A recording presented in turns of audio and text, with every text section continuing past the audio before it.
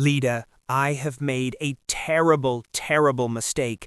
I am completely canceling my plan to buy 75 cats, and I am officially terrified of all fluffy animals.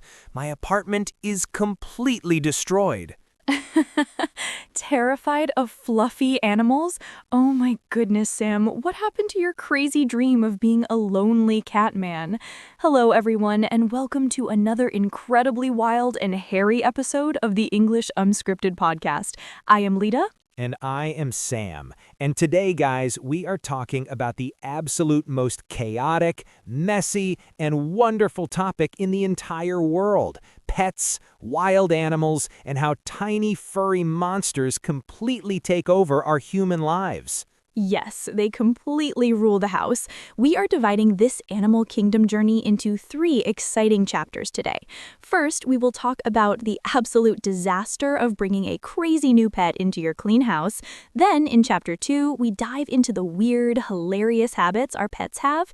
And finally, chapter 3 is all about the beautiful, deep emotional bond between humans and their animals. 3 chapters of pure furry chaos. But wait, Lida, before I tell you how a single friendly dog completely destroyed my living room yesterday, we have to give our amazing listeners their special study mission. Oh, absolutely. It is challenge time, guys. What is the big strategy for our language learners today, Sam? Listeners, if you truly want to speak beautiful, fluent English, you cannot just listen to us once. You have to treat this podcast episode exactly like baking a giant, delicious 3-layer chocolate cake. A 3-layer chocolate cake? I absolutely love baking, Sam. How does the cake layering method actually work for our students' brains? Well, the first time you listen, you're just baking the simple, soft bottom layer. You relax, you listen to my terrible animal stories, and you just enjoy the sweet flavor. But the second time, you have to add the heavy, thick chocolate frosting. You pause the audio, you take notes, and you beautifully layer the heavy B2 vocabulary words right into your memory. Yes, layer that rich, heavy vocabulary, guys. Bake your perfect English cake. So, Sam, please tell me about this terrible dog. Did your friend Mark finally visit you with his family pet? He did, Lida. Mark went on a short weekend vacation with his screaming children, so he asked me to watch his lovely, sweet family dog for exactly 2 days. He told me the dog was very small, very quiet, and completely harmless. Oh no, small and quiet is always a massive lie when people talk about their own pets, Sam. What kind of dog was it, actually? His name is Buster, Lida. And Buster is not a dog. Buster is a giant, hairy, breathing tank. He's a massive golden retriever, and he has absolutely zero control over his own physical body. He ran into my apartment, jumped directly onto my clean sofa, and immediately knocked over my hot cup of black coffee. A giant hairy tank? Golden retrievers are incredibly sweet, Sam, but they have absolutely endless physical energy. They need to run in a huge green park for 5 hours every single day. Exactly. But my small apartment is not a green park, Lida. Buster was running in fast circles around my kitchen table, knocking down chairs, and barking very loudly at his own reflection in the glass window. He was completely impossible to calm down. Wait, Sam, let us pause your furry disaster for a second. I think that's a wonderfully physical, highly necessary vocabulary word for our listeners to deeply understand today. Hyperactive. Yes, hyperactive. It's an excellent adjective that describes someone or a crazy animal that has way too much physical energy and is completely unable to sit down, relax, or be quiet for even 1 single minute, like a giant dog running in fast circles. Listeners, please practice this essential B2 level word and say it with us right now. Say it loud and clear in your room, guys. Try to catch the dog. Hyperactive. Hyperactive.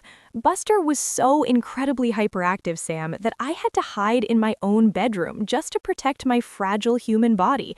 And that actually makes me very curious about our brave listeners. Oh yes, listeners, we have our first very wild animal question for you right now. Are you a quiet, relaxed cat person, or do you absolutely love giant, hyperactive dogs like Buster? Have you ever pet sat an animal that completely destroyed your house? Tell us your funniest pet disaster stories in the comments down below. We desperately need to know if anyone else is hiding from a dog right now. So, Lita, do you want to know what Buster actually found while I was hiding in the bedroom? I will tell you exactly what he found, Lita. I heard a very strange, loud ripping noise coming from the living room. Rip! So I slowly opened my bedroom door, and Buster was sitting right in the middle of my favorite rug, chewing aggressively on my absolute most prized possession. Oh no, please do not tell me he found your famous green alien painting, Sam. He ate your beautiful, weird artwork? Much worse, Lita. He somehow managed to open my hallway closet and he pulled out my beautiful bright yellow banana jacket. He was shaking it around in his massive mouth like a giant happy yellow monster. I completely panicked. I yelled at the top of my lungs, "I've got to get my jacket back right now." Wait a minute, guys. Listeners, I have a fantastic native secret for you right here. Did you hear how Sam just pronounced the words got to? He separated them completely and sounded exactly like a stressed, formal police officer. Wait, did I fail at emergency pronunciation too, Lita? I thought have got to was grammatically perfect for a yellow jacket rescue mission. It is completely perfect for a formal grammar test, Sam, but when native speakers are talking very fast or when we're running around the house chasing a hyperactive dog, we almost never say got to. We smash the two words together and just say gotta, gotta. Oh, wow. Gotta. I gotta get my jacket. I gotta catch the giant dog. That sounds so much faster and completely urgent, Lita. It really helps you speak at the exact same speed as a crazy running animal. Exactly. Try using gotta when you're in a huge hurry or when you need to do something very important immediately, guys. It's a brilliant secret trick to make your spoken English sound incredibly natural and wonderfully fluent. So, Sam, did you actually catch Buster and save the bright yellow jacket? I tried to, Lita, but Buster thought we were playing a wonderful, fun new game. I chased him around the kitchen island for 20 solid minutes. I was sweating and slipping on the wooden floor. He finally dropped the jacket, but it is now completely covered in thick, sticky dog saliva, and it has a huge hole in the left sleeve. I had to lock the wet, torn yellow jacket in the bathroom to protect it. A wet, torn yellow jacket locked in the bathroom? Buster completely won that physical battle, Sam. But honestly, the strange things animals decide to steal and play with are absolutely hilarious. They completely ignore the expensive, colorful plastic toys you buy them from the pet store, and they just want to eat your clothes, chew on empty cardboard boxes, or stare at completely blank walls for 3 hours. Which brings us perfectly to Chapter 2 of our furry adventure today. Listeners, hide your favorite jackets and grab a cup of hot tea because we are going to dive into the absolutely weird, hilarious, and completely illogical daily habits of our favorite animals. Lita, I completely do not understand animal logic. I really think their furry brains operate in a completely different backwards dimension. A backwards dimension? What do you mean, Sam? Did Buster the giant dog start walking on the ceiling like a heavy, hairy spider? No, but he completely insulted my financial decisions, Lita. I felt very guilty about yelling at him during the yellow jacket incident, so I walked to a super fancy, incredibly expensive pet boutique downtown to buy him an apology gift. This store was completely ridiculous. They had organic dog treats, small diamond collars, and dog perfumes. Oh, a luxury dog boutique. Those places are basically a trap for guilty pet owners, Sam. They take all your money. What did you actually buy for the giant monster? I bought him a $40 plush squeaky toy shaped exactly like a giant juicy steak. It was so soft and expensive. I came home, I opened the brown delivery box, and I gave him so much toys to play with. Wait, Sam. You gave him so much toys. The strict English grammar police are coming to arrest your dog right now. Toys are countable objects. You can count 1 toy, 2 toys, 3 toys. So we use many toys, not much. How much water, but how many toys? Oh, right. Thank you, Officer Lita. I gave him so many toys. I put the expensive $40 plush steak right in front of his big, wet nose. I squeezed it so it made a very loud, happy noise. Squeak, squeak. I was so incredibly excited for him to play with it. And let me guess, he completely ignored the beautiful luxury steak and just chewed on your shoes again? Worse, Lita. He sniffed the expensive toy for exactly 2 seconds, he looked at me like I was completely crazy, and then he became absolutely obsessed with the empty brown cardboard box. He jumped right inside the small box, and he just sat there for 3 solid hours. He was completely fascinated by the cheap cardboard. Wait, Sam, let us pause your sad cardboard tragedy right there. I think that is an incredibly useful, very psychological vocabulary word for our listeners to deeply understand today. Fascinated. Yes, fascinated. It is a powerful adjective that describes feeling extremely interested in something or completely unable to stop looking at it because it is so incredibly strange or wonderful, like a giant dog sitting happily in a tiny, cheap box. Listeners, please practice this excellent B2 level word and say it with us right now. Say it loud and clear in your room, guys. Look at the dog in the box. Fascinated. Fascinated. He was so fascinated by the empty box, Lita.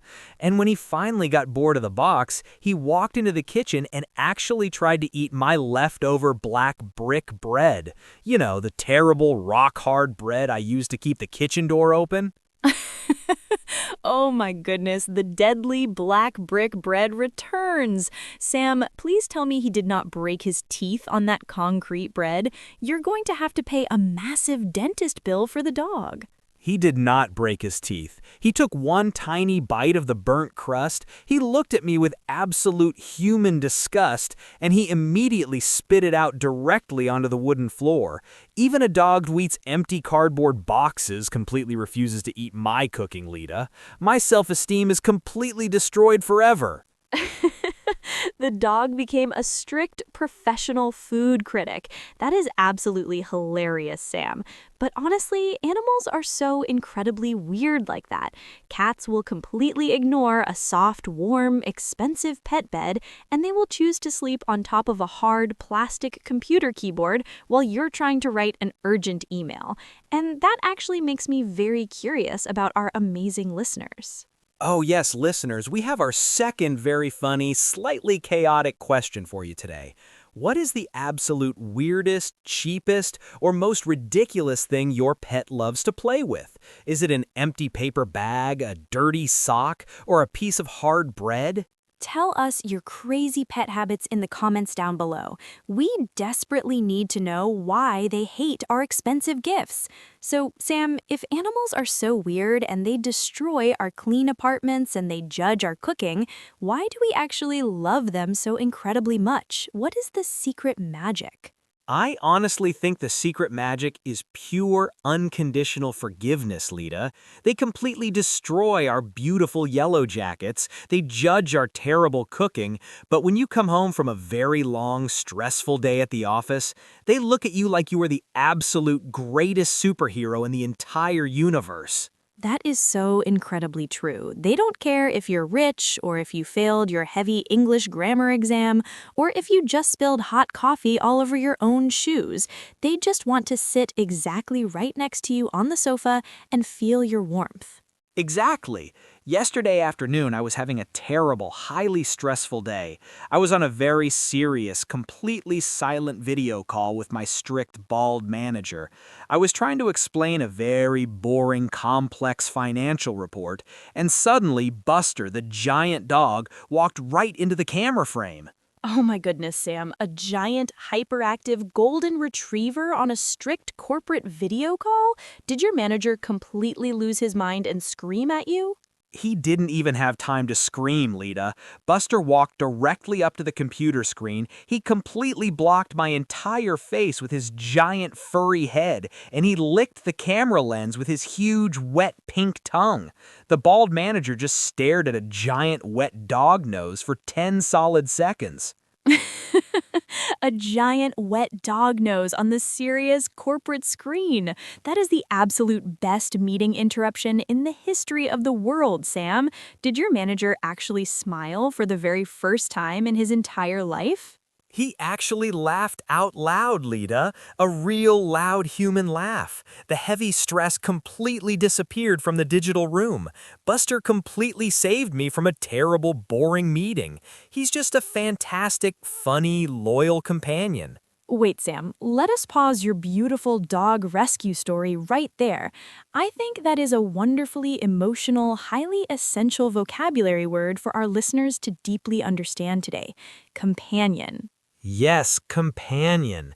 It's a beautiful noun that describes a person or a very loyal animal who spends a massive amount of time with you, travels with you, and completely shares your daily life and your deep feelings, like a giant dog who saves you from a terrible boss.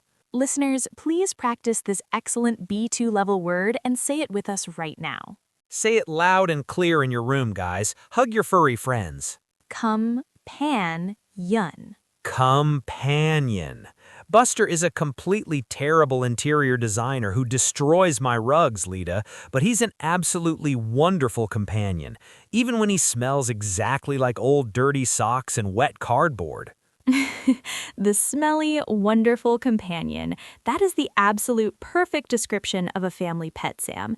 They make our apartments incredibly messy and chaotic, but they completely clean up our sad, stressful human minds. Which brings us perfectly to the third and final chapter of our furry journey today. Listeners, wash the sticky dog saliva off your hands and take a very deep breath, because we are going to explore the amazing psychological superpower of animals and how holding a sleeping cat can actually heal your physical human heart. Lita, I honestly believe that animals have a secret medical degree. They are basically tiny, furry, unlicensed doctors. Unlicensed doctors, are you saying Buster the giant dog gave you a professional psychological prescription after the bald managers meeting, Sam?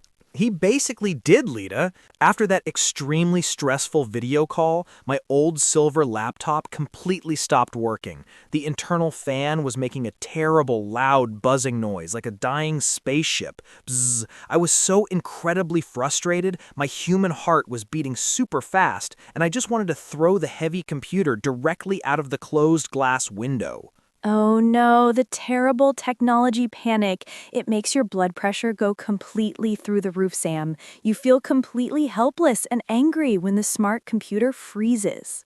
Exactly. I put my face in my hands and I took a very deep, angry breath, and suddenly I felt this giant, heavy, warm weight resting on my right knee. It was Buster. He just sat quietly next to me, he put his huge furry head on my leg, and he let out a very long, loud sigh. Aw, he felt your heavy human stress, Sam.